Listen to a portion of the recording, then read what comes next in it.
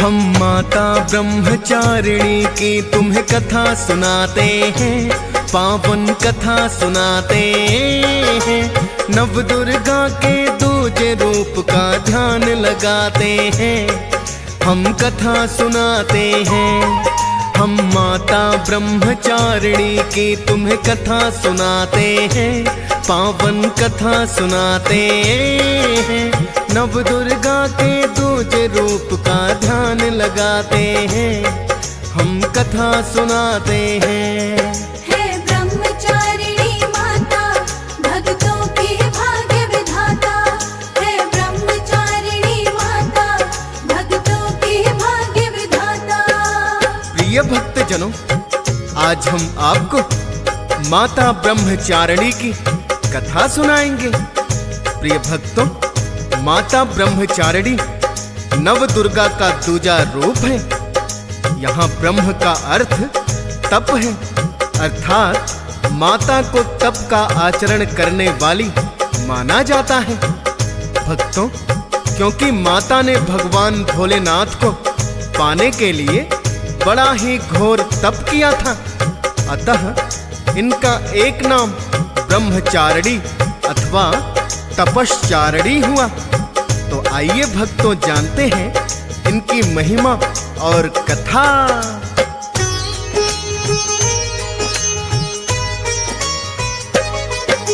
ज्योतिर्मय और भव्य रूप है माँ का बड़ा निराला। बाएं हाथ में लिया कमंडल, दाहिने में जपमाला। जिन पर माता ब्रह्मचारिणी कृपा करती है, संयम तपस्या और त्याग की शक्ति मिलती है। दूजे नवरात्रे में करते इसी रूप का ध्यान, अपने सभी भक्तों का माता करती है कल्याण। माता के इस रूप का जो भी सच्चा ध्यान लगाए, विचलित नहीं मन होता चाहे परिस्थिति जो आए। विपदाओं से पार भक्त वो पा ही जाते हैं, पावन कथा सुनाते हैं। नव दुर्गा के दूजे रूप का ध्यान लगाते हैं, हम कथा सुनाते हैं। हे ब्रह्मचारिणी माता, भक्तों की भाग्य विधाता। हे ब्रह्मचारिणी माता, भक्तों की भाग्य विधाता। प्रिय भक्तजनों, कहते हैं जब माता सती का अगला जन्म राजा हिमालय और मैना के यहाँ हुआ, तो इनके पिता हिमालय ने मुनि नारद जी के कहने पर विष्णु जी से इनका विवाह करना चाहा, किंतु माता तो सदैव भोलेनाथ की अर्धांगिनी है। अतः जब इनको पता चला तो इन्होंने अपनी सखियों से कहा कि मैं भोलेनाथ के सिवा किसी के बारे में सोच भी नहीं सकती। तब इनकी सखियां गुप्त रूप से इन्हें एक वन में लेकर आईं, जहां ब्रह्मचारिणी रूप में माता ने हजारों वर्ष कठिन तपस्या करके भोलेनाथ को मनाया था। तभी माता ब्रह्मचारिणी कहलाई। भक्तों, इनकी पूजा से ऐसे ही कठिन तपस्या करने की शक्ति मिलती है। तो आइए भक्तों, जानते हैं माता ब्रह्मचारिणी की पूजा विधि।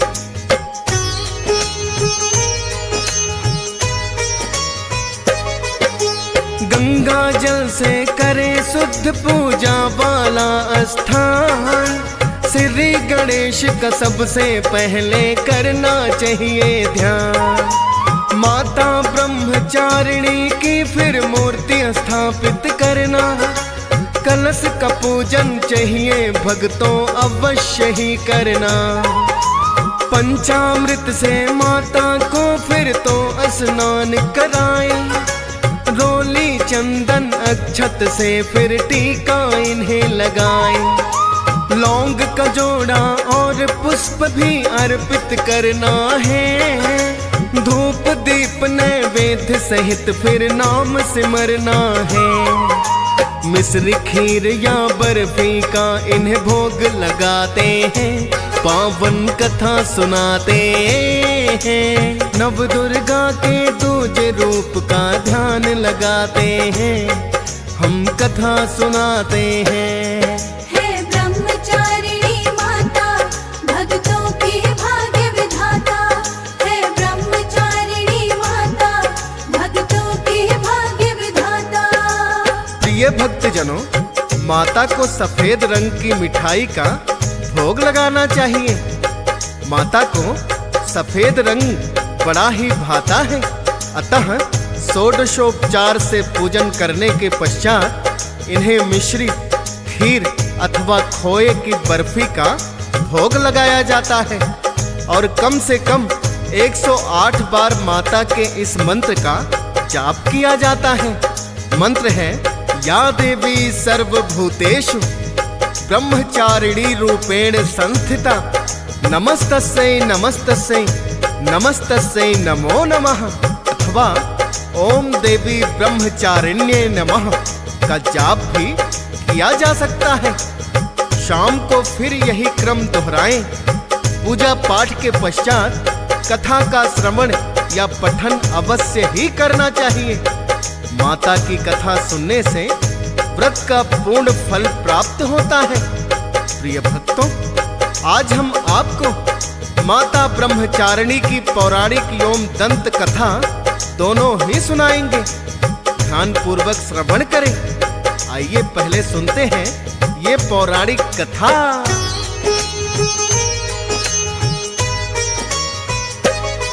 थे पूर्व जन्म में इनके पिता राजा दक्ष प्रजापति, उनकी ही पुत्री ये तो और नाम था इनका सती। दक्ष प्रजापति की थी भक्तों 84 कन्याएं, विवाह योग्य होने लगी तो सबका विवाह रचाए। माता सती को किंतु भोलेनाथ ही भाते हैं, लेकिन दक्ष प्रजापति को ये पसंद न आते हैं। भोलेनाथ से ही माता ने पर है विवाह रचाया, चाहे निर्णय इनके पिता को पसंद नहीं आया। करके विवाह भोले उनको कैलाश ले आते हैं, पावन कथा सुनाते हैं। नव दुर्गा के दूजे रूप का ध्यान लगाते हैं, हम कथा सुनाते हैं। हे ब्रह्मचारिणी माता, भक्तों की भाग्य विधाता। हे ब्रह्मचारिणी माता, भक्तों की भाग्य विधाता। प्रिय भक्तजनों, अपने पिता दक्ष प्रजापति के ना चाहते हुए भी माता सती ने महादेव से विवाह रचाया और कैलाश पर्वत पर आ गए। एक दिन राजा दक्ष प्रजापति ने एक महायज्ञ का आयोजन किया, जिसमें सभी देवताओं को आमंत्रित किया, किंतु भोलेनाथ और माता सती को निमंत्रण नहीं दिया। राजा दक्ष प्रजापति के महायज्ञ में सभी देवताओं को आकाश मार्ग से जाते हुए देखकर माता सती ने जिज्ञासावश भोलेनाथ से पूछा कि हे नाथ, आज सभी देवता कहाँ जा रहे हैं? तब भोलेनाथ ने कहा कि देवी, आपके पिता के यहाँ महायज्ञ का आयोजन है, सभी देवता वहीं जा रहे हैं। इतना सुनकर माता सती भोलेनाथ से कहने लगी,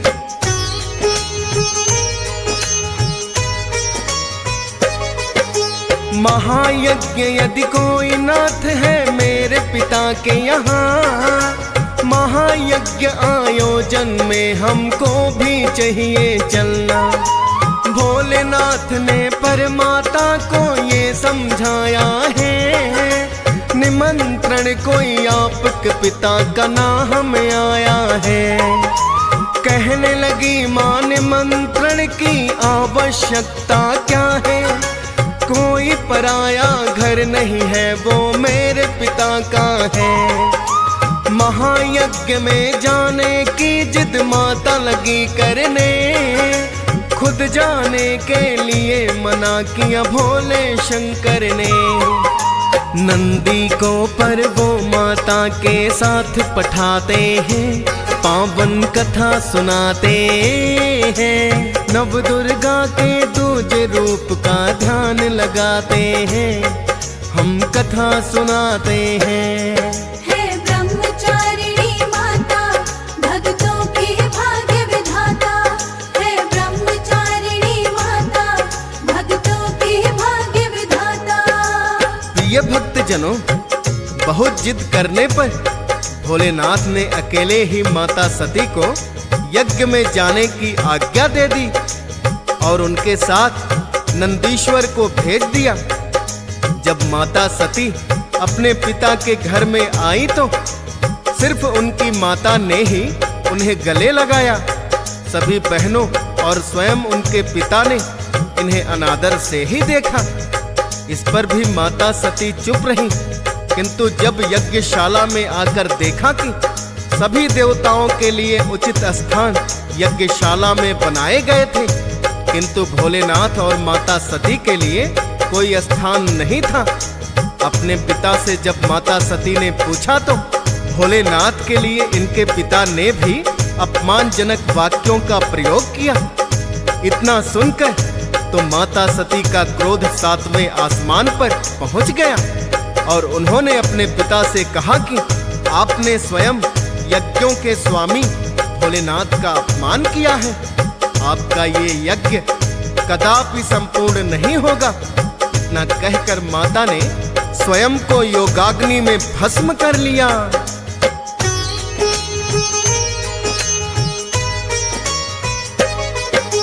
भोलेनाथ के क्रोधिक फिर तो भड़की है ज्वाला। क्रोधित होकर पहुंच गए हैं भोले यज्ञशाला।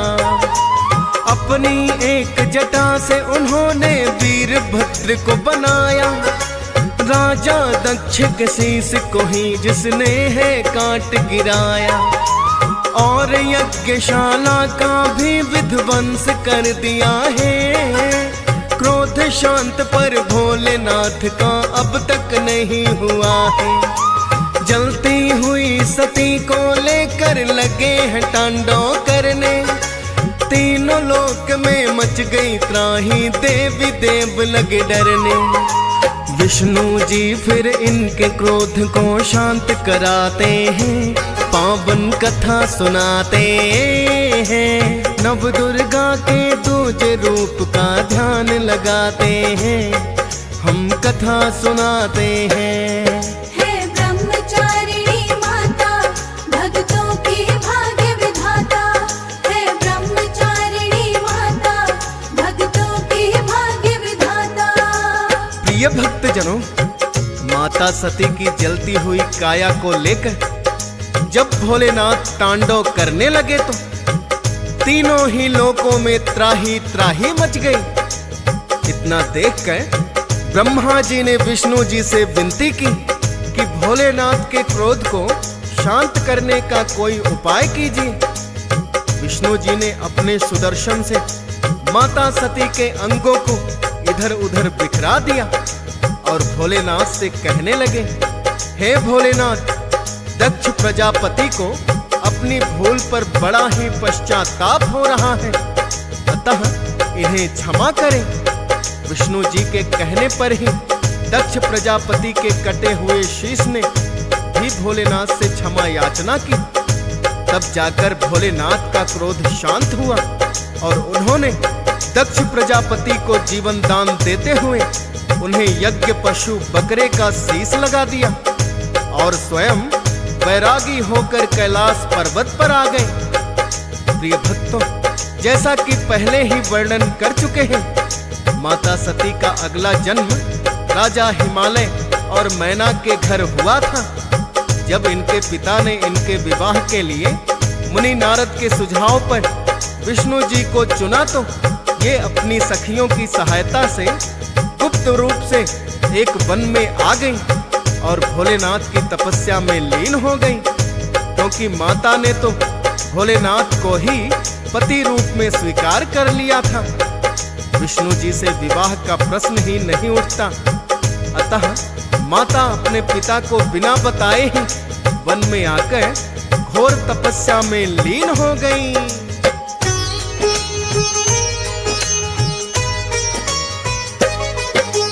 तप में लीन हुई है माता पिता को बिना बताए।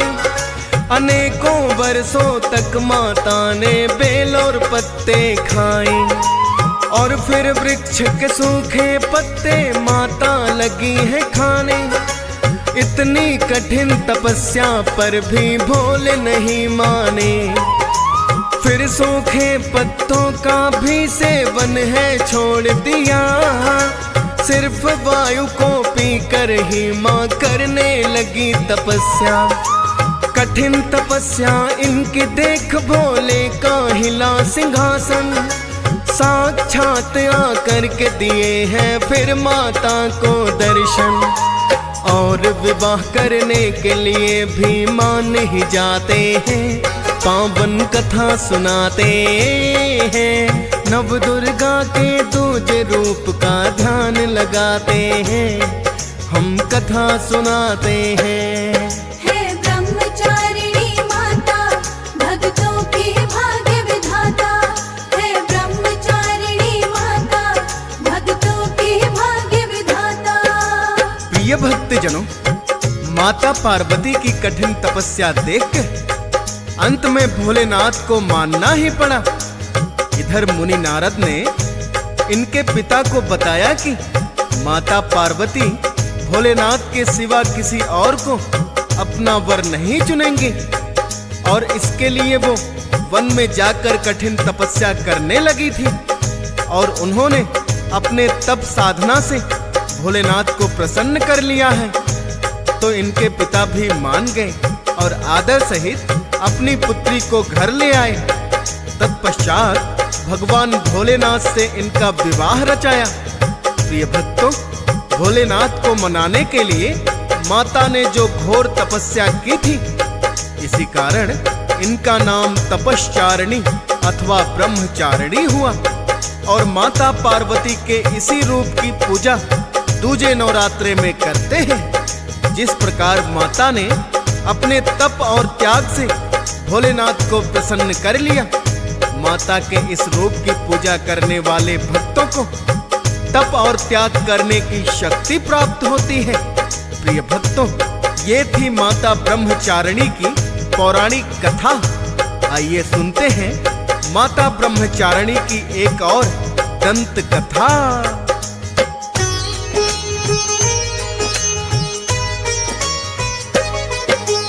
बड़े प्राचीन समय की है भक्तों ये भी कथा। देवदत्त नामक एक ब्राह्मण किसी नगर में था। पूजा पाठ करने वाला और बड़ा ही धर्म परायण। शिव और शक्ति दोनों के ही नाम का करता सिमरन। कलावती नामक पत्नी उसकी पतिव्रता नारी। सेवा में तत्पर रहती थी सदा ही आज्ञाकारी। स्वर्ण नाम का एक पुत्र है उनको प्राप्त हुआ। वंश बढ़ा तो ब्राह्मण के घर छाई है खुशियाँ। पति पत्नी भक्ति पथ पर ही चलते जाते हैं। पावन कथा सुनाते हैं। नव दुर्गा के दूजे रूप का ध्यान लगाते हैं। हम कथा सुनाते हैं। हे ब्रह्मचारिणी माता भक्तों की भाग्य विधाता। हे ब्रह्मचारिणी माता भक्तों की भाग्य विधाता। प्रिय भक्तजनों, समय के साथ ही स्वर्ण बड़ा हुआ तो देवदत्त ने उसे एक गुरुकुल में शिक्षा प्राप्त करने के लिए भेज दिया। कुछ वर्षों पश्चात स्वर्ण ने अपनी शिक्षा भी पूरी कर ली और वो वापस अपने माता पिता के पास नगर में लौट आया। अब अपने माता पिता के समान उसने भी पूजा पाठ में रुचि लेना शुरू कर दिया। कुछ दिनों के पश्चात एक योग्य ब्राह्मण कन्या देखकर देवदत्त ने स्वर्ण का विवाह भी कर दिया।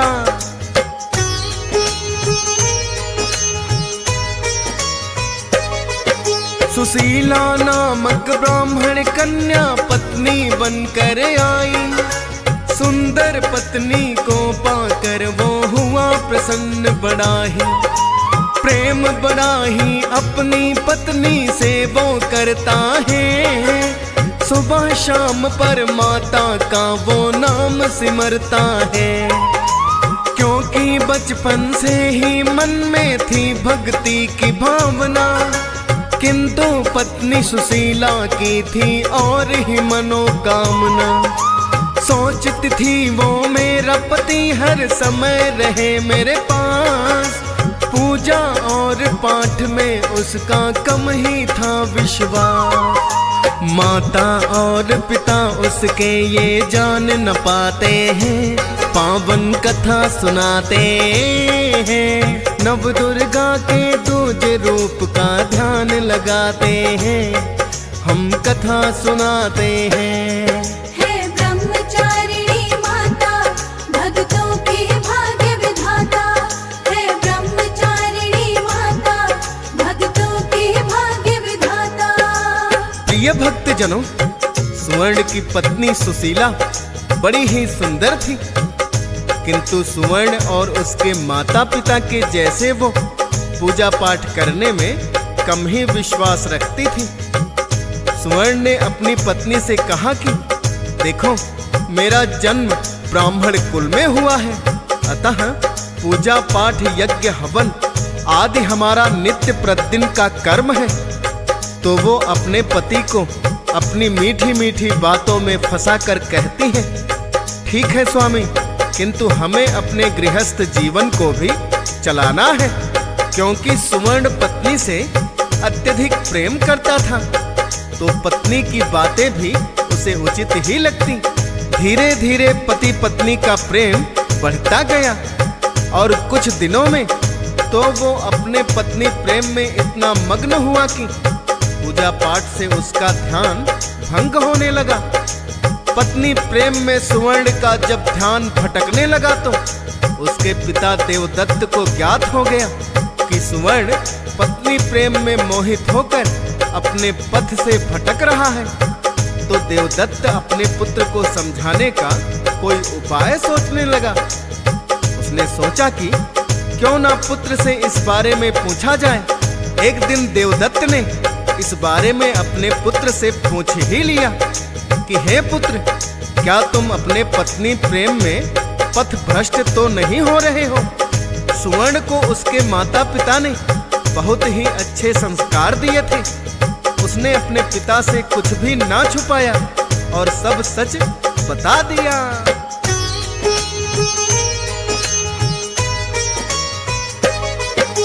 फिर तो उसने अपने पिता को सच ही बता दिया। बोला, पत्नी प्रेम में मैं भक्ति से विमुख हुआ। कहती है वो अभी हमारा गृहस्थ आश्रम है। पूजा पाठ के लिए पड़ा सारा ही जीवन है। पूजा पाठ में इसलिए मेरा मन नहीं लगता है। मुझे बताएं आप पिताश्री, इसका उपाय क्या है?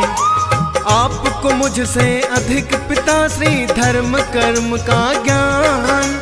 पत्नी प्रेम के कारण मुझ में उपज रहा अज्ञान। फिर तो देवदत्त अपने पुत्र को उपाय बताते हैं, पावन कथा सुनाते हैं। नव दुर्गा के दूजे रूप का ध्यान लगाते हैं, हम कथा सुनाते हैं। हे ब्रह्मचारिणी माता, भक्तों के भाग्य विधाता। हे ब्रह्मचारिणी माता, भक्तों के भाग्य विधाता। प्रिय भक्तजनों, देवदत्त ने अपने पुत्र को समझाया कि हे पुत्र, जिस प्रकार गृहस्थ आश्रम में पति धर्म निभाना आवश्यक है, उसी प्रकार भक्ति करना भी आवश्यक है। प्रिय भक्तों, उस समय पावन नवरात्रों की बेला आरंभ हो चुकी थी और अगले दिन दूसरा नवरात्रा था। देवदत्त ने कहा कि तुम कल पूजा में अपनी पत्नी सहित बैठना। भक्तों, अगले दिन देवदत्त ने अपनी पत्नी, पुत्र और पुत्र वधू सहित विधि विधान से पूजा पाठ किया और माता ब्रह्मचारिणी की कथा सुनाई और कहा, हे पुत्र, माता ब्रह्मचारिणी का संयम, तप और त्याग देखकर हमें शिक्षा लेनी चाहिए कि हमें अपने पथ से भ्रष्ट नहीं होना है। ये भक्तों, माता ब्रह्मचारिणी की कथा को सुनकर स्वर्ण और उसकी पत्नी के ज्ञान चक्षु खुल गए और स्वर्ण और उसकी पत्नी ने माता से क्षमा याचना की और वो दोनों भी माता की भक्ति में लीन हो गए।